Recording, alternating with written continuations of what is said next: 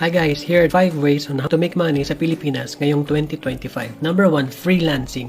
Pwede kang mag-apply sa Upwork, Fiverr, freelancer.com, tsaka onlinejobs.ph. Pwede kang mag-offer ng mga services like content writing, graphic design, video editing, at marami pang iba. Number 2, virtual assistants. Pwede kang mag-apply sa Upwork, LinkedIn, remote.co, tsaka onlinejobs.ph. Maraming companies abroad yung kailangan ng tulong for simple tasks like email management, data entry, or social media posting. Number 3, online teaching or being a tutor. Pwede kang mag-apply sa 51Talk, Cambly, Preply, and italki. Teach English or other subjects sa mga estudyante around the world. Yung demand for English teachers in other countries like Japan, Korea, mataas. Number 4, my favorite, affiliate marketing. Pwede kang mag-apply sa Lazada, Shopee, Amazon, Clickbank, at Involve Asia.